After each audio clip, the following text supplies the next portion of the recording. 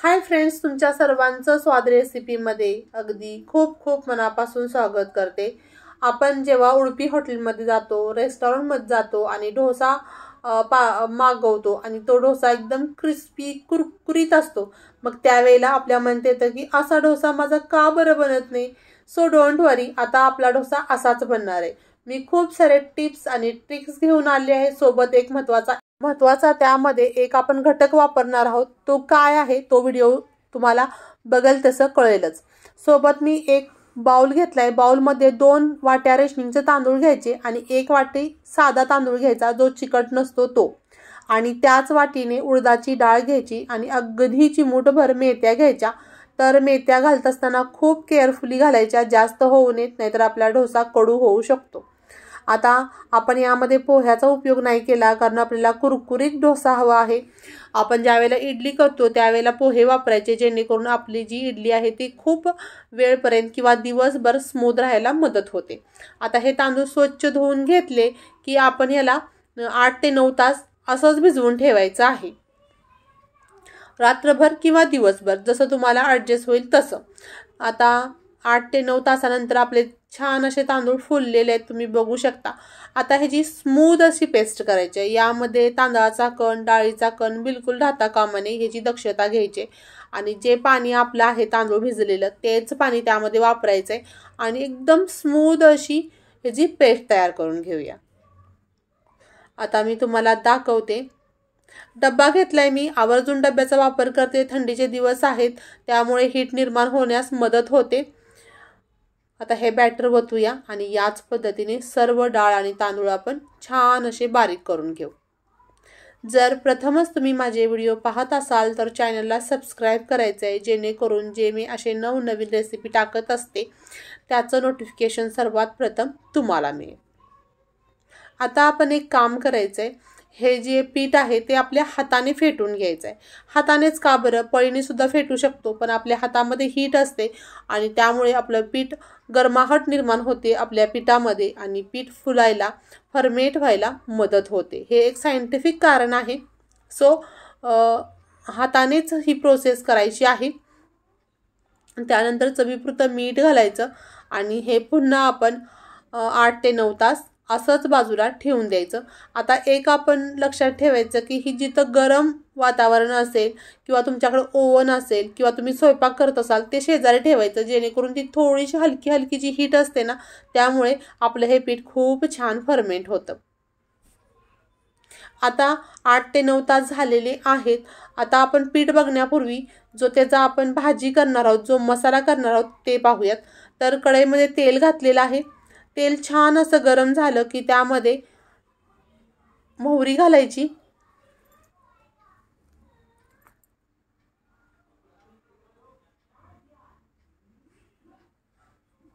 मोहरी छान अशी तडतडली की त्यामध्ये 1 चमचा जिरं घालायचं। जिरं सुद्धा छान तडतडून द्यायचं आणि त्यामध्ये 1 चमचा हरभरा डाळ आणि 1 चमचा उडदाची डाळ, सोबतच कढीपत्त्याची पानंही घालायची। अगदी मी ताजा कढीपत्ता तोडून आणलेला आहे। आता हे सर्व आपण परतून घेऊ आणि त्यानंतर आपण त्यामध्ये लाल मिरची आहे, ही मी मुद्दामून लाल वापरली कारण छान दिसावे, अट्रॅक्टिव्ह दिसावी म्हणून। सोबतच 1 कांदा मी स्लाइस करून घेतलेला आहे। तुम्ही हिरवी मिरची वापरली तरी सुद्धा चालेल, पण लाल मिरचीमुळे थोडंसं असं अट्रॅक्टिव्ह असं छान दिसतं आणि मग मुलं पटकन खायला तयार होतात, त्यासाठी मी टाकलेली आहे। बाकी टेस्टमध्ये काही फरक पडत नाही। आता कांदा छान असा परतून घ्यायचा आहे आपण। आता ही जी भाजी आहे ती साऊथ इंडियन स्टाईल आहे, बटाट्याची भाजी। तुम्ही बघा, ज्यावेळेला आपण बाहेर डोसा खातो त्यावेळेला डाळीचं, त्यामध्ये उडदाची डाळ असते, हरभऱ्याची डाळ असते, ही अशी गडबड होते बघा। आणि आता आपण 1 चमचा हळद घातलेली आहे आणि ती सुद्धा परतून घ्यायची आणि जो बटाटा बॉईल केलेला आहे मी कट करून घेतलाय तो सुद्धा घालायचा आणि सर्व व्यवस्थित मिक्स करून घ्यायचं आणि छान एक ह्याला वाफ काढून घ्यायची। सोबतच चवीपुरतं मीठ घालायचं, थोडीशी साखर घालायची, म्हणजे टेस्ट मेंटेन होण्यासाठी घालायची, नाही घातली तरी सुद्धा चालेल। आणि सर्व व्यवस्थित मिक्स करून एक वाफ काढून घ्यायची आणि ही सुद्धा आपली बटाट्याची भाजी तयार झालेली आहे। आणखी कोणत्या प्रकारच्या रेसिपी पाहायला तुम्हाला आवडतील त्यासाठी कमेंट्स बॉक्समध्ये कमेंट्स करायला विसरू नका. थोडीशी मी कोथिंबीरसुद्धा भरभरलेली आहे. पुन्हा मी मिक्स करून घेते.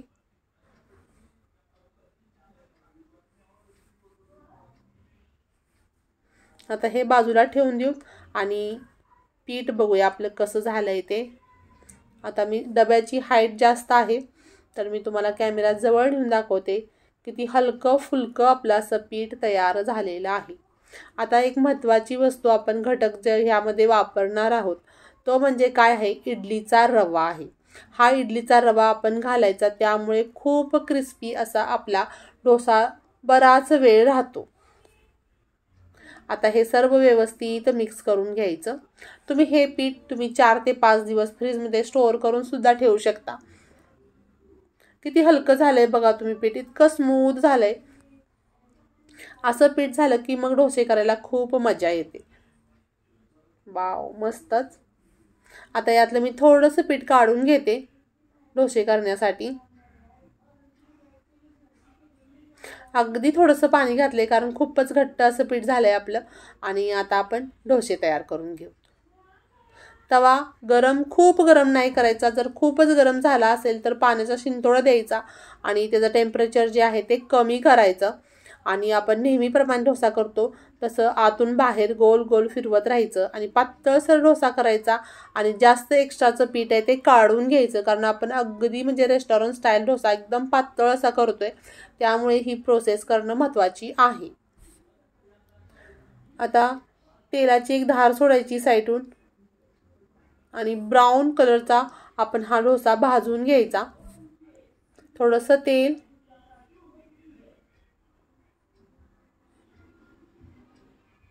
मी अगदी कॅमेरा जवळ नेऊन दाखवते किती छान जाळी आलेली आहे आपल्या डोशाला. खूप टेस्टी असा हा डोसा तयार होतो. तुम्ही नक्की करून बघा. आता ब्राऊन असा कलर वालाय. वाव, किती छान दिसतोय बघा डोसा. आता आपण जी भाजी बनवली आहे ती घालूयात आणि एका प्लेटमध्ये हा डोसा काढून घेऊ. किती क्रिस्पी झालाय बघा तुम्ही, कटकन असा तुटला तो. मस्तच. आणखी एक मी डोसा करून दाखवते बटर लावून. तर नेहमीचीच पद्धत आहे आपली. आतून बाहेर फिरवत राहायचं आणि एक्स्ट्राचं जे पीठ आहे ते काढून घ्यायचं जेणेकरून पातळ असा आपला हा डोसा तयार होईल. बटर लावल्यामुळे आपला डोसा खूप टेस्टी, एक वेगळी टेस्ट त्याला येते.